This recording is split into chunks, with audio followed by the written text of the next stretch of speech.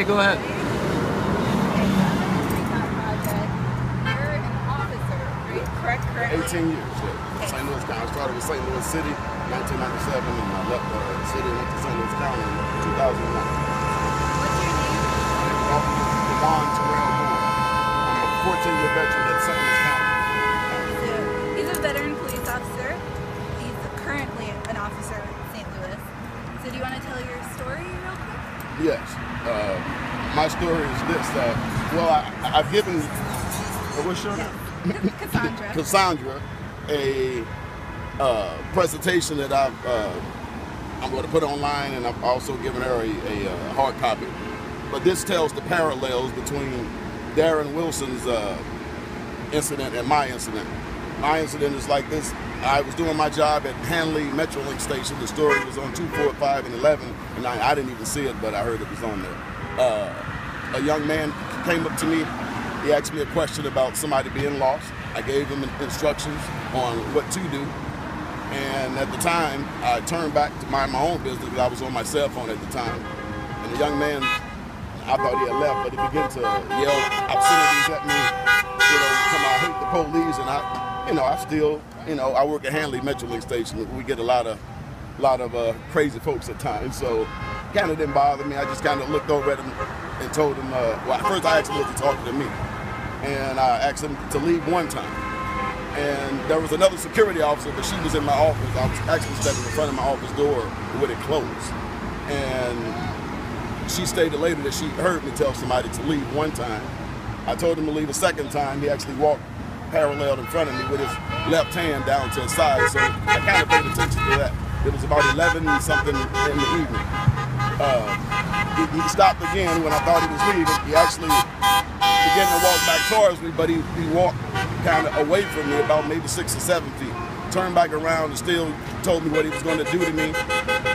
Obscenities. But at that point, I was getting a little annoyed, so I put my cell phone in my top pocket and I took out my ass, which is my metal baton. I don't carry a taser, and I didn't feel the need to draw my gun because when he walked by me, I was paying attention to his waistband, but that left hand did draw my attention. I said, well, maybe in my mind he probably had a little knife or something, or a key that he was going, anything. But so I was on guard. At that point, I told him this is the last time I'm going to tell you to leave and go home, and the best place for you to go is to go and wait for your girlfriend, who he said was missing. Which she's an adult, so that day you ain't gonna put her missing out, except 48 hours, 72 hours, depending on the municipality. I then, thought he was getting ready to leave, but at that point he turned. When I pulled the ass out, he turned back around and asked me, "What are you gonna do with that?" I'm gonna take that and beat your, a lot of more obscenities, and he started walking towards me. He was already about maybe 11, 12 feet, so that gap can close real fast, so I closed the gap. I drew my ass, swung one time to that side where that hand was, but he moved to his right side real quick, so I wasn't gonna play with him, so I just grabbed him. Grabbed him, took him in my office, put him in cuffs, set him down in a chair. The other security officer was in there the entire time, witnessing everything. He got in my office. I think I wrote on my paper probably about 11:15. I immediately got the forms to go ahead and lock him up. But I wanted to know why he was so angry. I'm also an ordained minister. So I took off my police hat and put on my minister's hat just for a moment.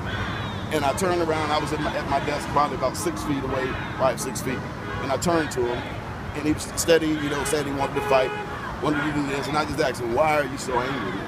And then he began to tell me that on the south side of the city of St. Louis that they always get beat up by the police.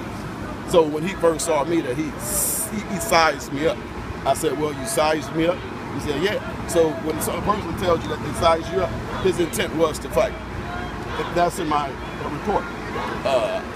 I told him, "Well, I guess you miscalculated, man." He said, "Yeah, go. I should have just talked to you.